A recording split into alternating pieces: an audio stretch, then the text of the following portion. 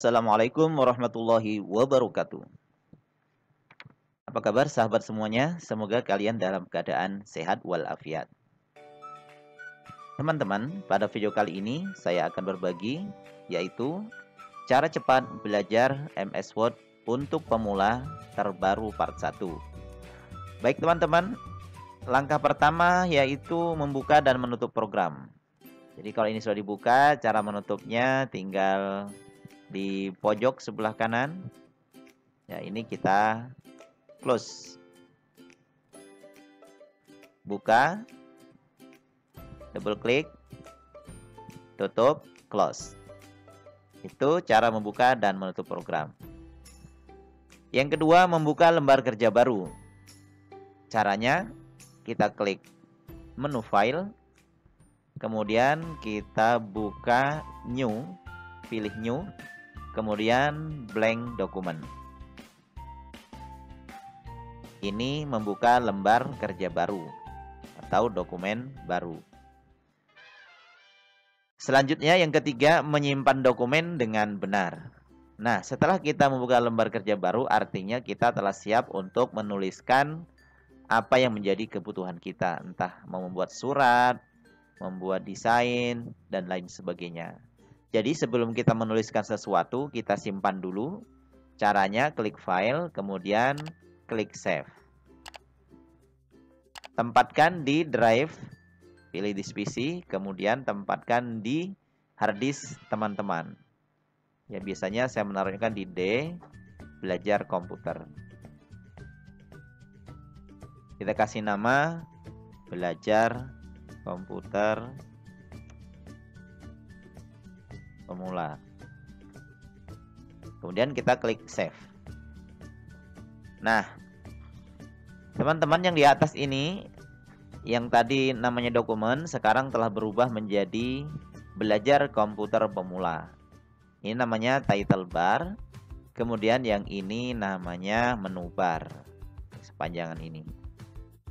Jadi kita telah berhasil menyimpan satu buah file yang namanya belajar komputer pemula.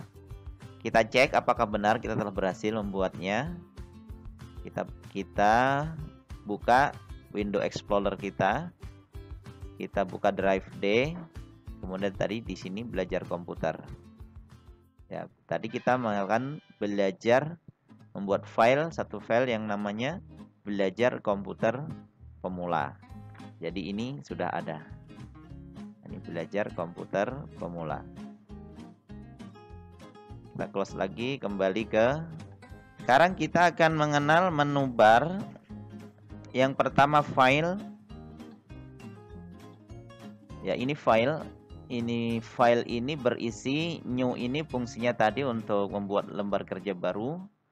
Open fungsinya untuk membuka file yang telah kita buat, baik berupa gambar ataupun dokumen. Save menyimpan, save as untuk memberi nama dokumen yang baru dengan nama yang lain. Print nanti ini untuk mencetak ya. Mencetak dokumen kalau kita sudah buat. Nah, close adalah keluar. Kita kembali. Nah, teman-teman, yang paling banyak akan kita gunakan, kita akan mempelajari seluruh item, ikon-ikon yang ada di menu home ini. Oke, yang pertama langsung saja kita praktek mengetik ya. Praktek mengetik. Terserah kalian ketikkan apa. Misalkan saya ketikkan satu buah kalimat. Ya, misalkan kita sudah punya kalimat seperti ini.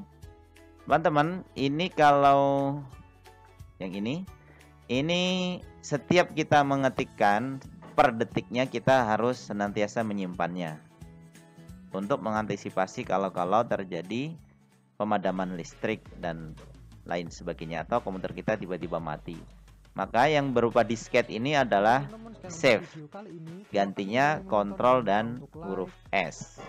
Ya, kita simpan terus setiap kita mengetik, simpan plus huruf S.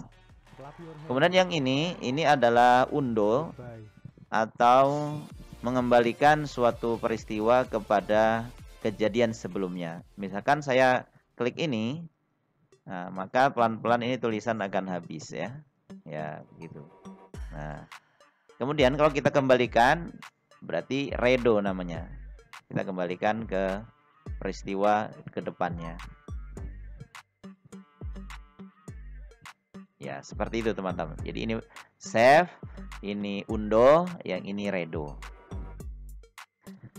Baik, berikutnya ada yang berupa koper dan kertas warna putih. Kita klik di sini.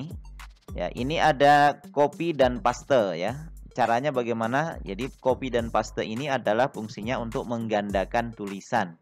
Bisa juga gambar, bisa tulisan.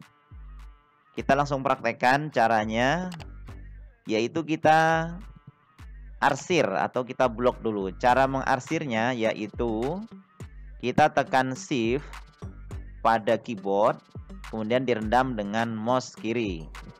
Ya, seperti ini. Kemudian kita pilih yang ini, copy ya. Ya, jadi ada logo yang di sini. Ya, ini untuk copy. Ya, ini copy. Kita copy, klik satu kali, kemudian pasangan copy adalah paste. Jadi kita klik gambar koper dan kertas ini satu kali. Ya, jadi tulisan kita sekarang menjadi 2 baris. Semakin banyak kita klik di sini, maka tulisannya akan semakin banyak. Ya, begitu teman-teman. Itu fungsi copy dan paste. Berikutnya kita klik satu kali lagi, diarsir, di blok, kemudian kita pilih cut. Yang ada gambar gunting, kita klik satu kali. Nah, kalau dipilih cut, itu artinya memotong, artinya menghilangkan. Tujuannya untuk memindahkan ke tempat lain. Nah, itu tadi. Saya cut, saya pindahkan ke sini. Cara juga sama, di paste. Ya, ini. Hasilnya sama. Nah, itu fungsi cut dan copy serta paste, teman-teman. Berikutnya merubah jenis huruf, kapital atau huruf besar, juga huruf kecil dan kombinasi. Nah, ini kita sudah punya suatu kalimat. Saya pengen kata keadaan ini dijadikan huruf besar semuanya. Caranya bagaimana? Nah, ini ada logo A besar dan A kecil ikonnya ya. Kita klik panahnya. Nah, ini ada namanya uppercase. Kalau mau besar semua, kita tinggal klik di sini. Jadi huruf besar semua. Kalau kalian ingin setiap awalan katanya menjadi huruf besar, kita pilih namanya capital H word. Ya, jadinya setiap awalan katanya menjadi huruf besar. Kalau satu kalimat ini semuanya pengen jadikan huruf besar, ini tinggal kita pilih uppercase tadi. Ya, begitu teman-teman. Nah, sekarang kita pengen merubah jenis huruf. Ya, kita akan merubah jenis huruf. Yang ini kalimat kedua, kita akan rubah jenis hurufnya. Yang standar biasanya untuk dokumen yaitu menggunakan jenis huruf Times New Roman dan Arial. Kita ubah menjadi Times New Roman. Diblok dulu caranya. Diubah menjadi Times New Roman. Kemudian untuk besarannya, size-nya, kita menggunakan angka yang di sebelah nama huruf ini. Nah, standarnya adalah 12. Jadi kalau masih 11, teman-teman besarkan dulu menjadi 12. Diblok dulu semuanya, diarsir, tekan shift. Ya, seperti itu. Itu cara untuk mengganti jenis huruf dan membesarkan size-nya atau ukuran hurufnya.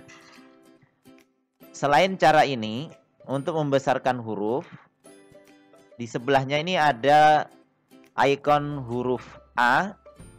Kita klik panahnya ke atas, ini memperbesar. Sedangkan kalau panah kecilnya ini di icon huruf A ini ke bawah, ini berarti memperkecil. Semakin banyak kita klik semakin kecil, jika ke atas akan semakin besar. Dan kita lihat di sini jika sudah 12 berarti ini sudah standar. Itu membesarkan dan mengecilkan, teman-teman. Berikutnya ada huruf B. Huruf B ini fungsinya untuk menebalkan suatu kondisi tertentu yang ingin kita tebalkan. Misalkan yang penting adalah 3 kata, kita pertebal. Atau kita membuat sebuah judul, kita tebalkan. Ya.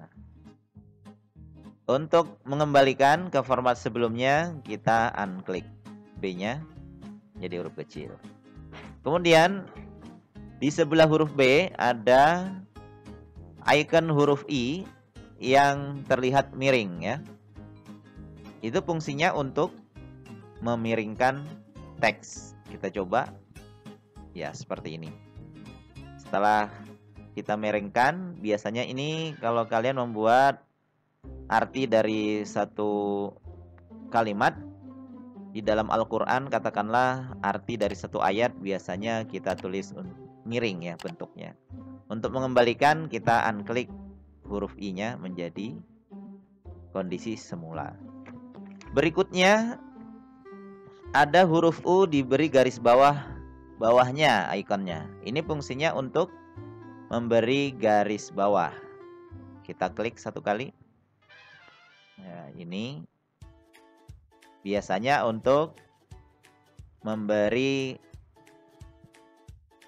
gelar di bagian bawah tulisan kita. Contoh, misalkan Dr. Andes Abdul Karim. Kita kasih garis bawah. Kemudian bawahnya kita klik kedua. Tinggal kita rapatkan. Nah, seperti ini contohnya, garis bawah, di bawah nama, di bawahnya jabatannya. Itu fungsi garis bawah. Baik, selanjutnya kita mengenal tanda X2 pangkat bawah dan X pangkat 2 di atas. Ini fungsinya untuk apa? Ini fungsinya kalau kita menggunakan fungsi aritmatika. Contohnya meter persegi. Nah, kalau kita tulis begini kan tidak sesuai. Jadi kita blok angka 2-nya, kemudian kita pilih yang ini. Jadinya meter persegi. Mengembalikannya klik lagi. Kalau mau juga ke bawah, meter kubiknya, kita klik yang ini. Ya, begitu teman-teman. Mengembalikannya klik lagi. Itu fungsi pangkat bawah dan pangkat atas. Selanjutnya kita klik icon huruf A yang berbayang ini. Kira-kira fungsinya apa? Jadi kalau A berbayang ini fungsinya untuk variasi tulisan. Contoh ini tulisan nama ini, mau saya kasih variasi tulisan. Misalkan pakai ini. Perbesar. Nah, begitu teman-teman. Biasanya ini kalau kita pengen membuat leaflet atau brosur, nanti ini bisa digunakan untuk membuat desain-desain yang kita perlukan. Contohnya lagi misalkan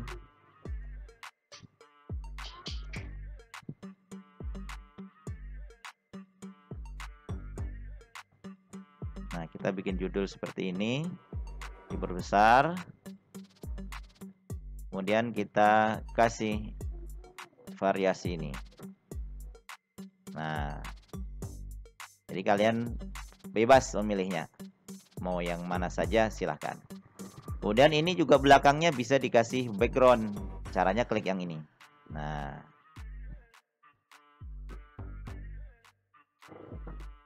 baik teman-teman, kita lanjutkan. Kemudian ini ada tulisan font.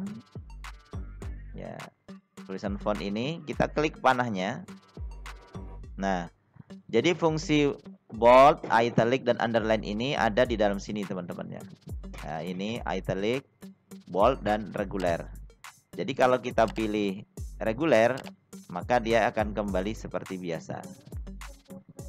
Ya, kita pilih ini, kita klik font. Kalau kita pilih bold, maka dia tebal. Nah, itu sama dengan fungsi huruf B yang ada di sini.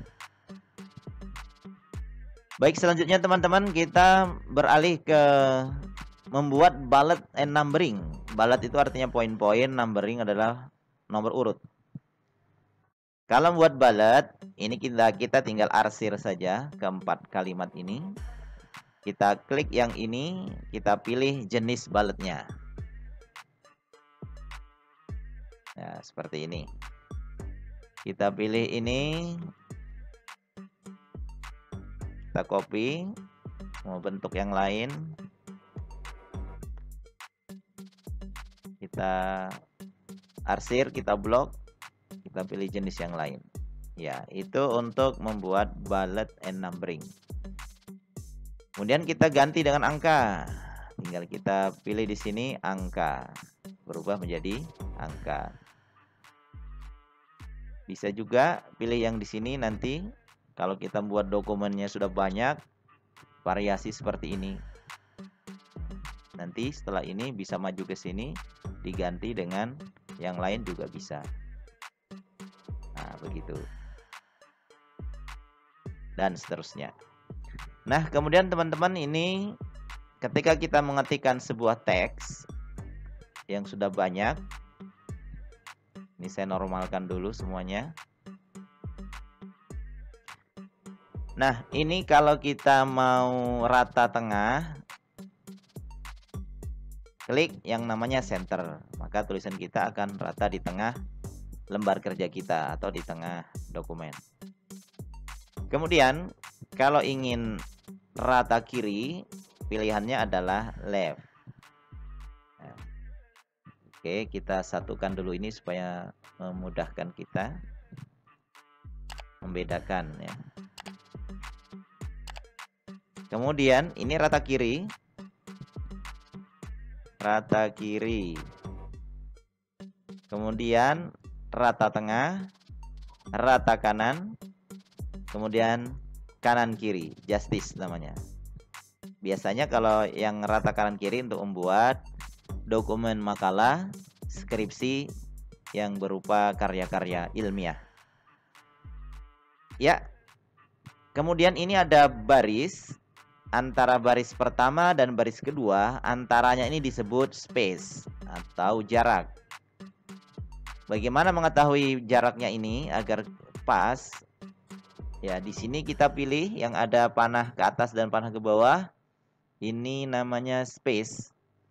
1 space, 1,15 space, 1,5 space, dan 2,0.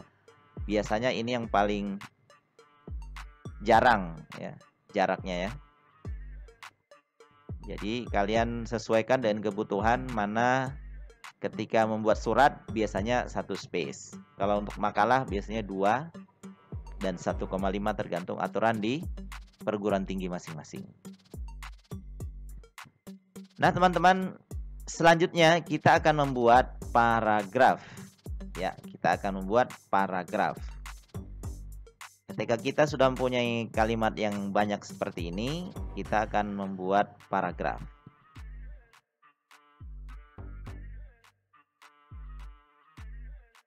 Ini saya normalkan kembali.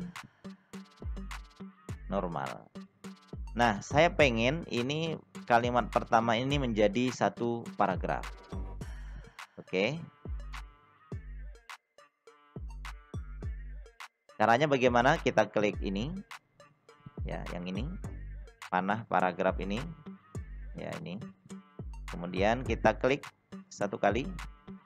Nah, pada bagian spesial, yang non ini kita ubah menjadi first line. Kemudian kita klik OK.